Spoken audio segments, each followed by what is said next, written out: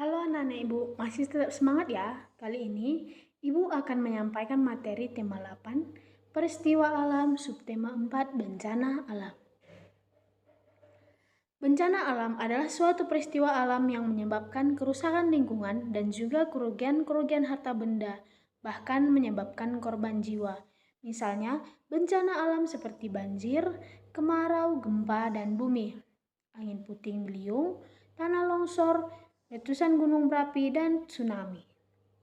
Berikut ini, Ibu Guru memberikan rangkuman penjelasan dari Badan Nasional Penanggulangan Bencana Alam atau BNPB Indonesia tentang tentang bencana alam banjir, kekeringan, dan gempa bumi. Banjir pada dasarnya disebabkan oleh 3 hal. Pertama, kegiatan manusia yang berdampak pada perubahan alam. Kedua, peristiwa alam seperti curah hujan yang sangat tinggi, kenaikan permukaan air laut, dan lain sebagainya. Ketiga, degradasi. Lingkungan seperti hilangnya tumbuhan penutup tanah, pendangkalan sungai, penyempitan arus sungai, dan sebagainya. Dampak banjir sendiri cukup mengerikan, antara lain merusak gedung-gedung, jalan raya, maupun tempat tinggal. Selain itu, banjir juga dapat menimbulkan erosi, bahkan tanah longsor, serta pencemaran lingkungan kita. Tidak hanya itu, kotoran dari binatang yang terbawa air banjir dapat menimbulkan berbagai penyakit seperti diare, infeksi, saluran pernapasan, hingga penyakit kulit. Hal yang harus kita lakukan ketika terjebak banjir adalah jangan takut dan panik. Matikan aliran listrik di rumah, sementara itu jangan menyentuh kabel listrik dan jauhi sumber listrik. Mengungsi ke daerah aman atau daerah yang lebih tinggi, atau posko banjir sedini mungkin saat genangan air masih memungkinkan untuk dilewati.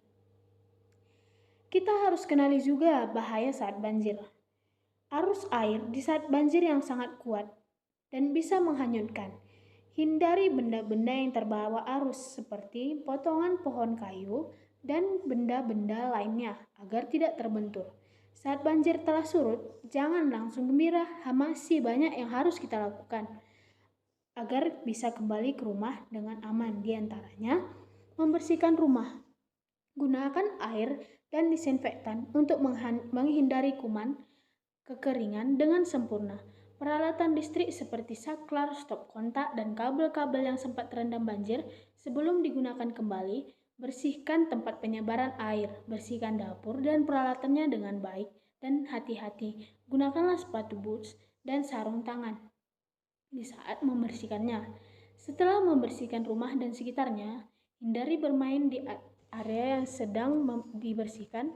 Jangan lupa menjaga keseimbangan lingkungan dengan menanam pohon. Kekeringan kerap melanda di beberapa wilayah tanah air, terutama saat musim kemarau panjang. Akibatnya, warga kesulitan air bersih, baik untuk keperluan minum maupun kebersihan.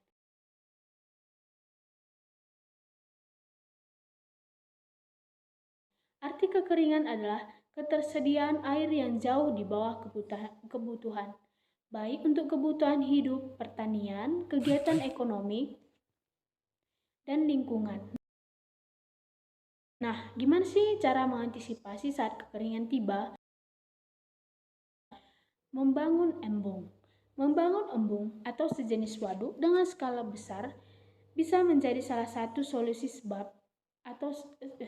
sebab selain bisa menampung debit air yang cukup besar, embung juga bisa jadi wadah air bersih jika sewaktu-waktu kita mengalami kekeringan. Memperbaiki saluran irigasi. Jika sungai kering, hujan tak kunjung datang, saluran irigasi menjadi penting dimanfaatkan. Kalau musim kemarau panjang tiba, setidaknya saluran irigasi yang bagus bisa menampung kebutuhan untuk Ruang terbuka kita. hijau. Membuat ruang terbuka hijau dengan banyaknya pohon dapat mengantisipasi kekeringan. Sebab pepohonan dapat menyerap air. Memperdalam waduk atau sungai yang relatif sudah dangkal menjadi salah satu alternatif.